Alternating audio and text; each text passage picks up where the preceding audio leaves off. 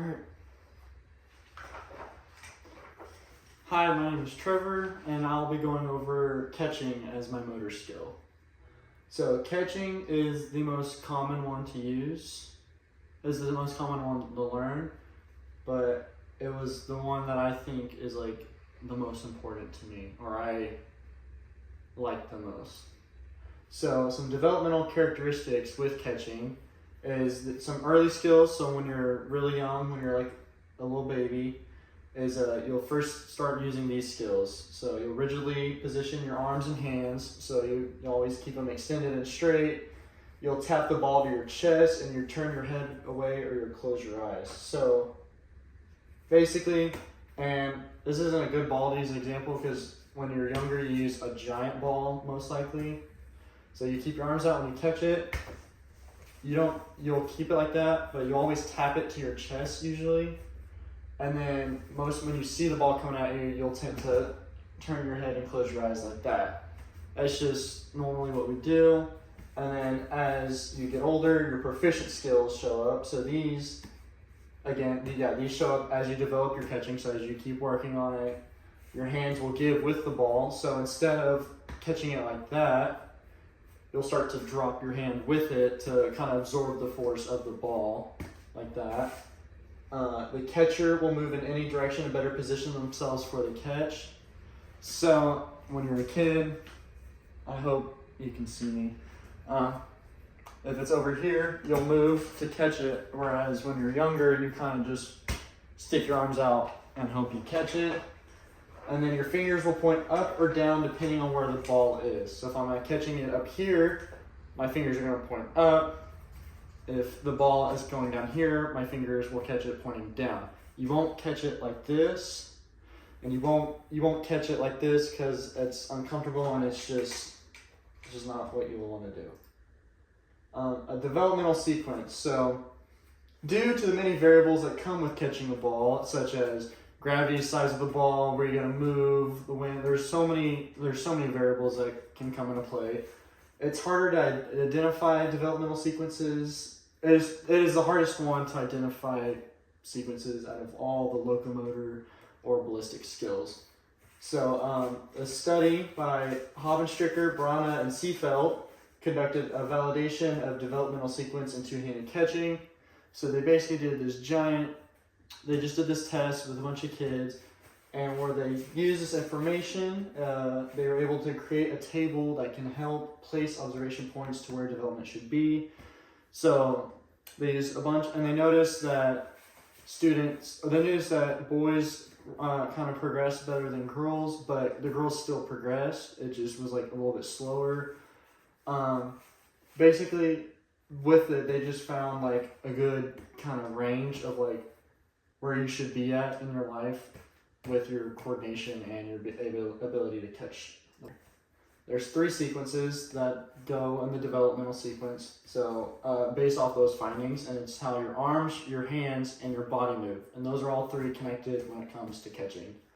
So your arms, they'll show no response. They should be extended forward, and the ball should be trapped within the child's chest. Meaning, when they catch it, their arms are going to be out, and then they'll always kind of push it towards their chest. So if it's a bigger ball, like that, they'll catch it always like that. Step 2, the use of hugging should take place. So the child will extend their arms sideways to hug the ball, and then the ball will still tap the chest. So meaning, now instead of keeping their arms out like this, they'll swing their arms in like that. So they'll do that, but they'll still kind of like bring it into their chest like that. Step 3, the child will now demonstrate scooping. So their arms are still extended forward. So it's kind of the same as hugging, except you'll go under it. So you'll be able to do that and then tuck it into you like this instead of just letting it like that. Whereas step 1, now you're able to actually scoop it back up and bring it to your chest still. And then step 4, your child's arms will now give, which means it'll extend to reach the ball, and when it gives, it's allowing like you to carry momentum of the ball to absorb it. So meaning when you don't give, you catch it like that. See how it bounced out of my hands? When you give, you carry your hands down with it, able to absorb it, meaning you can catch it. And this just, so step 4 just means You can extend the reach. So instead of doing like this and just, or if you're like, you can actually move your arms to where the ball needs to go. If it's short, you can bring it in, all that. For your hands, for step one, kids will always keep their palms up when they go to catch a ball, like that. So always be up facing the sky. Step two, as they progress, their palms they'll be able to learn to catch it in. So basically as if they're clapping. So like that. And then step three, the palms are adjusted. So basically based off the size of the ball, they're able to catch it however they think fits. So they won't just only catch balls like this, and they won't just only catch like that. They'll be able to move their hands in the way that they feel is necessary. And then your body. So step one, no adjustments are made. You keep your body the same. Step two is more of an awkward adjustment. So the child will move their arms and trunk to the ball, but their head will remain erect. So meaning, if I go like that, you're moving your body, but your head kind of stays the same. And then proper adjustment is you'll move your whole body, including so the ball's over here, I can move and get a better grip on the ball instead of having to reach like that. So some mechanical principles, vision and tracking, using your eyes to predict the ball's path. So being able to see where the ball is and predicting where it's going to be. Hand-eye coordination, combining your visual and your hand movements. So being able to see the ball is one thing. Being able to move your hands to where you know the ball's going to be, that's two different things having to work together. Force absorption, allowing your body to gradually absorb the ball's momentum. That's the give, so dropping your hands with it instead of doing that. Body positioning, moving your body in the best position, allow yourself the best chance to catch the ball. This works well for baseball. Like you don't want to catch a ball like this. You want to get under the ball. Timing, being able to coordinate the interception moment when the ball's arrival. This goes with knowing when to throw your. So if the ball's coming at you right here, you don't want to put your hands up too late since it's already past you. You don't want to put it up too early because it'll slow you down, or you won't be able to see the ball and you'll still drop it. Balance, maintaining a stable base to intercept the ball. So obviously, like you don't want to be like right here or anything. You want to feet shoulder width apart, good stance. And then anticipation, which kind of goes along with vision and tracking, I feel like, is just using knowledge of the ball and its trajectory to predict its landing. This also, to me, resembles with baseball a lot. So, like, as an outfielder, knowing if a pop flies out, being able to see where it's going to go and knowing where it's going to drop. It sounds harder, or it's harder than it sounds, but yeah, just being able to see where and know where the ball's going to drop. So some atypical movement. So these are some things that you need to watch out for with the child when they're developing, because if you don't fix it then, it can lead to more problems. And it's not just like, oh no, they won't be able to catch. It'll also affect their coordination. So just other motor skills just won't be able to work as well if they're not working on it properly. So some of these are using one hand.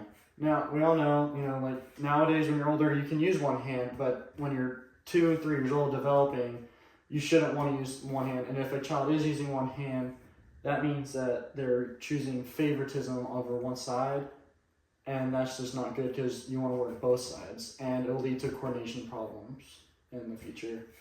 Closing your eyes. Obviously, you don't want to close your eyes when you're trying to catch the ball. You want to be able to see it come through. That goes along with vision and tracking and anticipation. When you get older and you're constantly closing your eyes to catch a ball, you're gonna get hit a lot, and that's just not something we want. Using your body instead of your hands, so always catching it with your chest, with your arms. That can lead to multiple problems. You want to be able to catch it with your hands. So if a football's coming straight at you, catching it with your hands right here, not letting it hit your chest and then bringing it in. That's going to lead to more coordination problems. Poor timing on your reach. So that's the same thing as the ball's coming past you and you throw your hand up too late to catch it. Just working on that timing. Stiffness, always keeping, so you want to be able to have some give. You don't want to always catch a ball like this. You don't want to catch a football like that. You want to kind of relax your arms a little.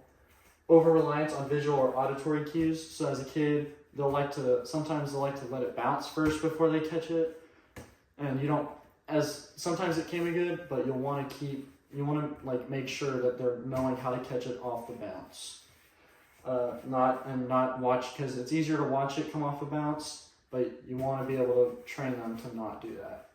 Side body catching, so that's this, or when it's coming in, like bring it in like that. You don't want to do that because, again, that's choosing dominance, favoritism sides, and that can lead to coordination problems in the future.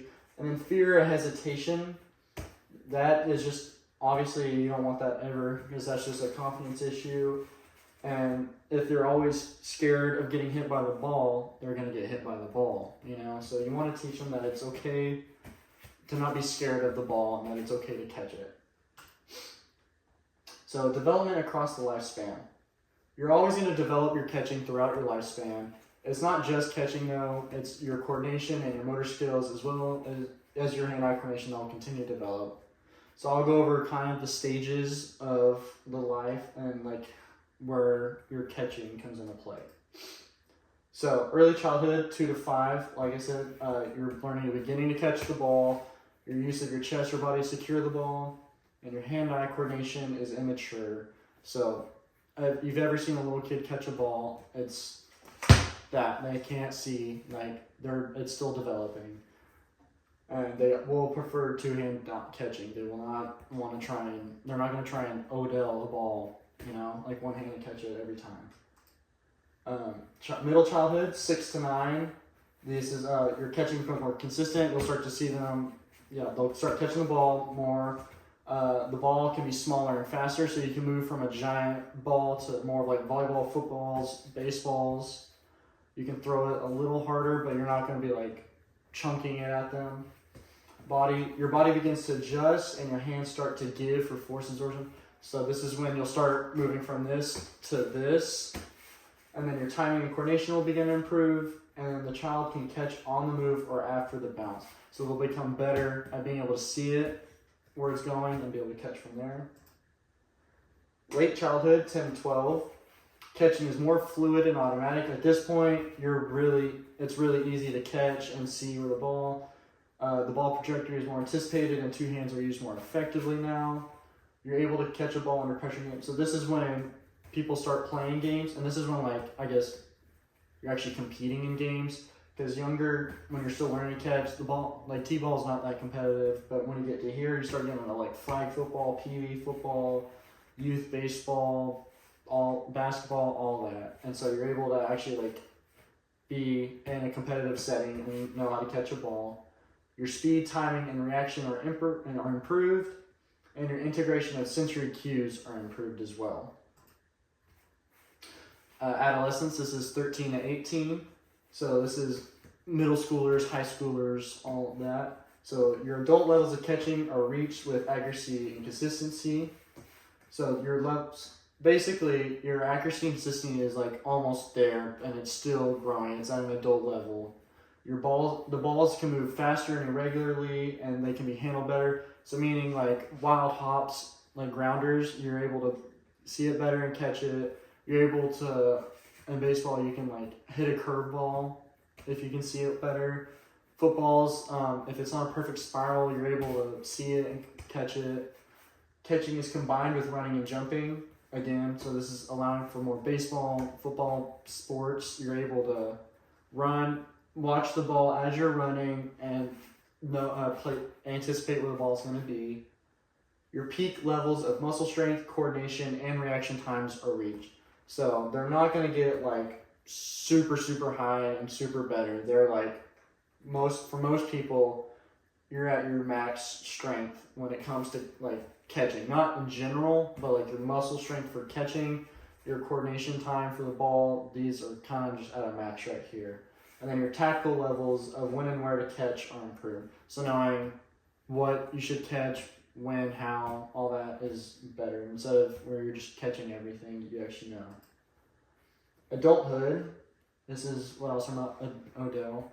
Catching levels are more stable and precise, especially with practice. Athletes at this age have superior timing and coordination, and practice is key at this age for improving in catching and coordination. So at this point, your levels are maxed.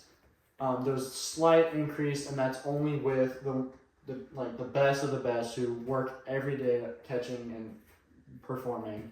They're gonna get a little bit better, but for most people, you're at your like height limit of catching and motor skills. Like there's nothing new to learn. It's just only like perfecting the tiny details. And then older adulthood. So once you're 40 and up, this is your potential decline in catching and coordination can take place. Reaction time and anticipation will gradually decline. Regular activity, physical activity, and general reflexes will also gradually decline. So, not saying it's guaranteed, and it's not saying it'll start at 40. Like, if you're constantly working, this is why physical activity is important, because the more you work and the more, like, you stay active and hone in on your skills, you're gonna keep those skills longer. But it's gonna come to a point where, once you reach an age, you're just gonna slowly lose. It's inevitable for all humans. You're just gonna lose your ability to catch and coordinate, like, as well as you used to. And so, yeah, so when you're older, it's just a full circle. You know, you can't catch a ball, you're learning, you get up to the max, and then you start to decline back to where you kind of were as a child, where you can't catch a ball. And these are my sights that I use. So, yeah.